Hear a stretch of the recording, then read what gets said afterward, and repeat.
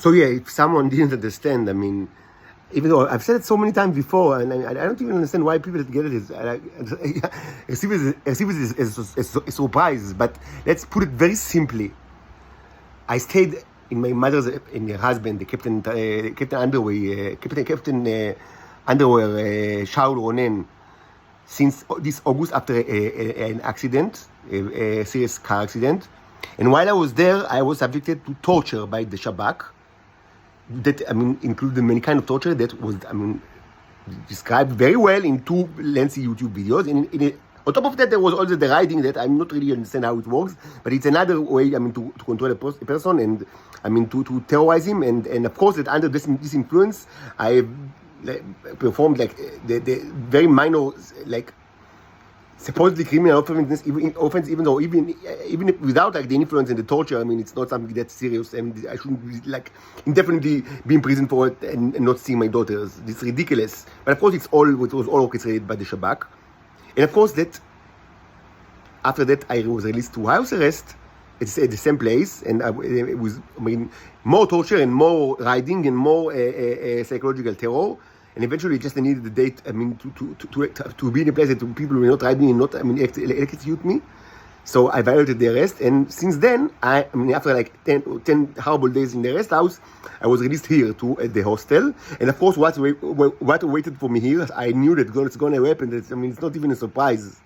I was certain it's going to happen. Of course, I mean, that there is like a ring of like Shabak people here that also do, I mean, continue the torture and the riding and, I mean, everything else. So I will presumably lose my, like, I don't know, my sense of my senses and I mean, either run away from here because I couldn't stand the torture, or like, I mean, start the fight or something like that, and will presumably go back to jail this time for a long time. All of this is, I mean, from my perspective, it's, I mean, just another day at the office. But from your perspective, like humanity, you need to understand that it's not the issue with the specific ring, this ring of another ring in the Shabak or misbehavior of the state of Israel. We've already been in this movie, as they say in Hebrew.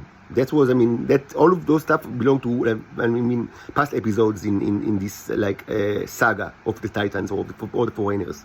Now, the only thing that is under question, and it was like since I was born in 1984, is, I mean, whether there will be nations in this world that will actually move their hands and arms in order to stop the mad dog, which is Israel, and release, I mean, the innocent people from its clutches or its, I mean, you know, like claws. That's the only question that, I mean, is like that bothers God and bothers like the cherub since 1984. It's the only question. Speaking about this ring or that ring or another ring of the, I mean, the Shabak or the Mossad or whatever, this is history, and it was history already on 1984 when I was born. The only question that has been asked by God and the cherubs for almost 40 years now is, I mean, is there a nation on the face of this planet that is willing to move hands and arms, not mouths and tongues, hands and arms, to stop this unbelievable terror? And the answer is like a profound no. They all move their hands. I mean, no, nobody moved a hand. They all move their mouths and tongues. And there is only one possible solution to this. I mean, to this. I mean, constellation of powers.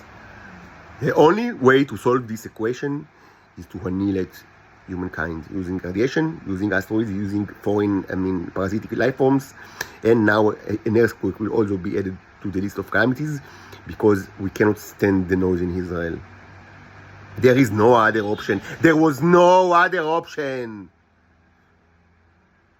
This issue is now 40 years old. Not the issue of the Titans and the enslavement. This is much older than that.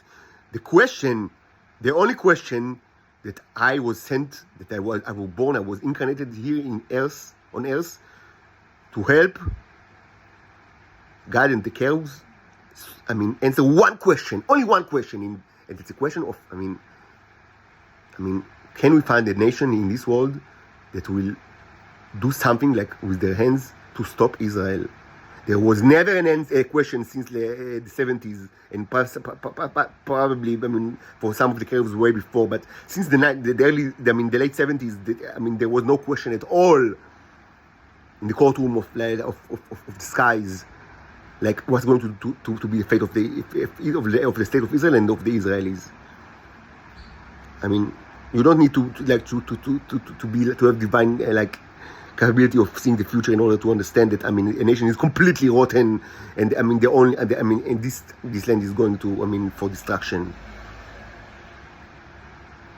That's the way it is, and still we only see movement of mouses and tongues, not a movement of an arm or an egg, even on the face of destruction. And this is that, as I said many times, this is more than just immorality or a very deep flaw in the morality of mankind. It's also like a bug in their design. They are biologically flawed. They cannot they are not able to actually choose obvious courses of action that are necessary for their own survival. Anyway, they will not survive because it's either them or the rest of the sentient species, and then the choice is very simple, very, very simple. I've said it many times, and I will say it again. We will not allow the existence of a sentient species that can only move mouth and tongue. This kind of monstrosity will not have a place in this galaxy or the universe. Sentient creatures always have the capability, and they must use the capability from time to time to move their arms and legs or any other limbs. There is nothing more disgusting and immoral than a sentient creature that only moves its mouth and tongue.